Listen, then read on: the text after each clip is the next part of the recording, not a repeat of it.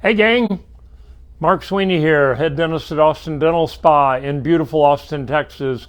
If you've seen Wisdom Wednesdays before, especially this month, you know what these are. These actually are functional jumper cables to start a car that has a dead battery. They plug into a little battery charger that's like what you used to be able to charge your phone from remotely. You don't need to hook it up to another car battery to make them work. And why do I have these silly things? Because January is Jumpstart January at Austin Dental Spa. So we're doing medical and dental issues that can jumpstart your 2023. And so today is going to be no different. I think you're going to really enjoy the subject matter. Again, if you're new to Wisdom Wednesday, we do a little scientific portion, and then I always end with a health tip. Both of them I think you're really going to like today, because we're talking about a subject that I know for a lot of people is very near and dear to their hearts. We've already talked about New Year's resolutions and several other issues. We got one more Wednesday in the month, I think, and then, no, this is it. This is the last Wednesday. Next Wednesday will be February 1st. So this is our last jump start, and I'll surprise you with a new theme next week. The jumper cables will be gone, but we're going to talk about procrastination today. I was going to do it a couple of weeks ago, but I just never quite got around to it. But anyway, procrastination, the Wikipedia definition is putting off to later what you know you should be doing now. Sound familiar? Anybody get a resonance with that? Yeah, I've done that myself too. But how does it affect your health? Well, there is a study that just came out, Journal of the American Medical Association, on January 4th, like 2 weeks ago, that linked procrastination to a panoply of outcomes: depression, anxiety, and even disabling arm pain. Now, I haven't gone back and read the exact article yet. I just read the Cliff Notes version of it. But one of the authors of it from University of Stockholm in Sweden said he was surprised by the arm pain. Well, how did they tackle this study? It's the largest one that we know of yet in the scientific community that's actually studied procrastination. And how did they do this? 3,500 students, college students, 3,500 of them, and they started them at the beginning of the school year, and they tracked them for the 9 months of the school year, and they basically divided them into two groups: the people who did things promptly and the people who put things off. Glad they didn't do this when I was in college. But what did they find?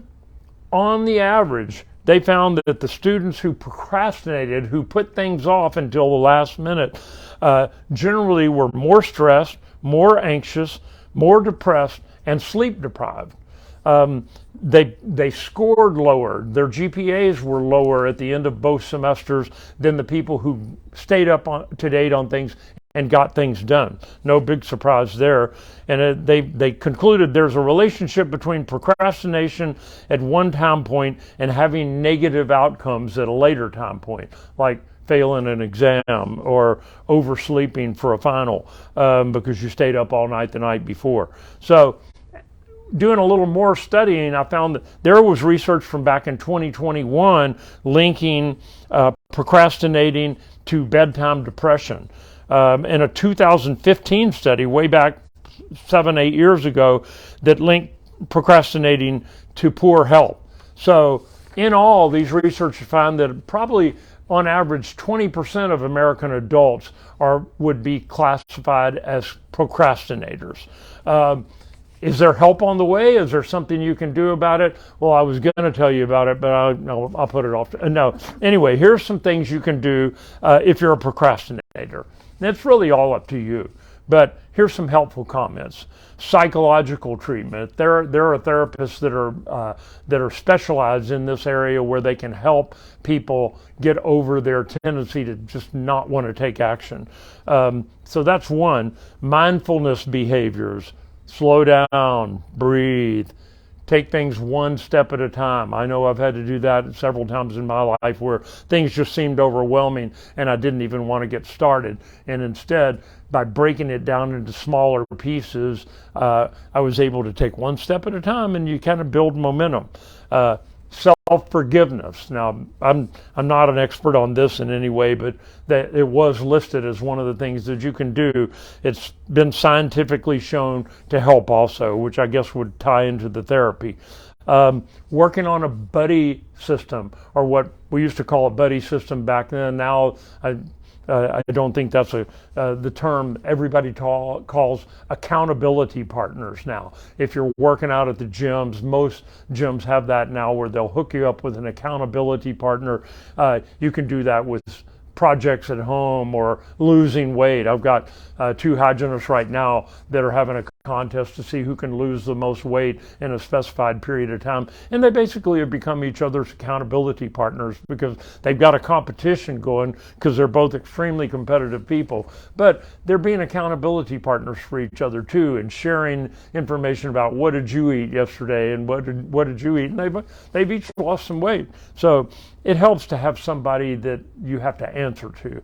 Mine is called a personal trainer every Thursday, and he kicks my you-know-what in the gym. So there's no partner about it, and he's certainly not my buddy. But make up a reward system for yourself. Now, this one I have a lot of experience with. If I am setting a goal and I want to accomplish it, I also set a reward that I'm going to give myself at the end when I get it, kind of like a bonus system. But it's all done by me. So, but I'm going to reward myself for a job well done. If you have some better ideas of ways to go about curing your possibility of procrastinating, send us comments in the comment section after this. And health tip for the week. I'm going to tell you again about zinc. We have had Wisdom Wednesdays in the past where we mentioned zinc, especially right in the middle of COVID. But zinc helps your body heal from wounds, it helps cell growth, and it helps your body repair DNA that's been damaged, which is the root cause of aging. Is as we get older, our DNA gets damaged, the little telomeres on the end of the chromosome chains. And so zinc helps with all those things. It also helps with upper respiratory stuff like sore throats. A lot of the throat lozenges over the counter at the pharmacies have zinc in them.